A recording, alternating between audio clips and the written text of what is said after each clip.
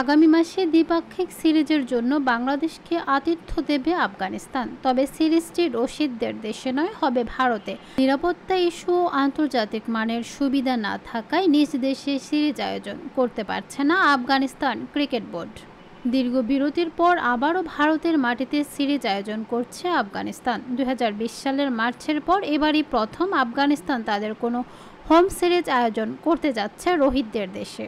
আগামী জুলাই আগস্টে বাংলাদেশের বিপক্ষে 3টি করে ওয়ানডে ও টি-20 ম্যাচের সিরিজ খেলবে আফগানিস্তান।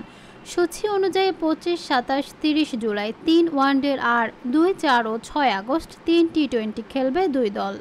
এক বিবৃতিতে ভারতের মাটিতে সিরিজ আয়োজনের বিষয়টি নিশ্চিত করেছে এসবির প্রধান নির্বাহী নাসিব খান। যুক্তরাষ্ট্র ও ওয়েস্ট ইন্ডিজ চলমান বিশ্বকাপ যাত্রা শেষে দেশে ফিরে 22 জুলাই দিল্লির বিমান ধরবে বাংলাদেশ। টাইগারদের গন্তব্যস্থল গ্রেটার নয়ডা। মাঠে লড়াই নামের আগে সেখানে অনুশীলন করবে লাল সবুজের প্রতিনিধিরা।